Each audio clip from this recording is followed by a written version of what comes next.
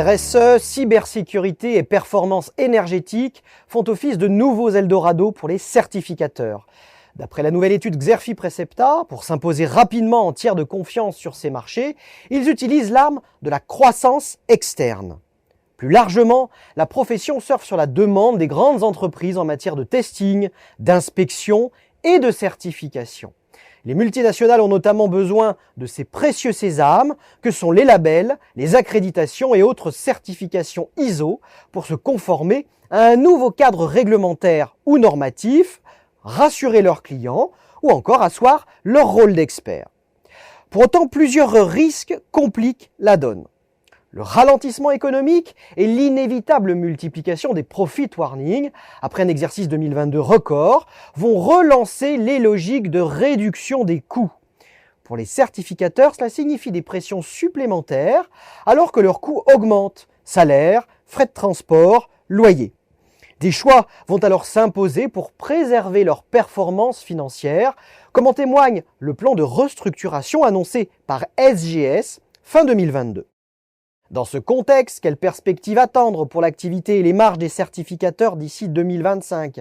Quelle stratégie de croissance et d'optimisation déploient-ils et quelles sont leurs limites ? Où en est le secteur en matière de consolidation et celle-ci peut-elle se poursuivre ? En réponse à ces questions, les experts de Xerfi ont décrypté les stratégies de croissance des acteurs de la certification à travers de nombreuses études de cas. 5 axes se dessinent. D'abord, la diversification de l'offre de certification sur de nouveaux marchés clients.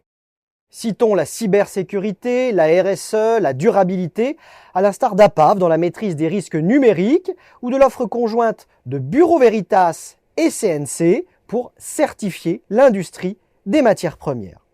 Deuxième axe, l'optimisation de la gestion des ressources humaines par le recrutement, la fidélisation des collaborateurs et la réduction des coûts.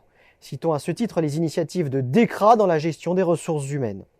Ensuite, la numérisation des process de certification. Cela passe entre autres par le recours à l'intelligence artificielle et les inspections à distance. C'est le cas de l'application mobile SGS ou du consortium Inemar qui planche sur un projet d'inspection des éoliennes par drone.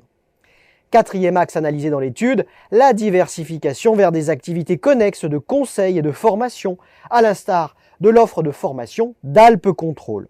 Enfin, l'internationalisation de l'activité, à l'image des stratégies déployées par EcoCert ou APAV.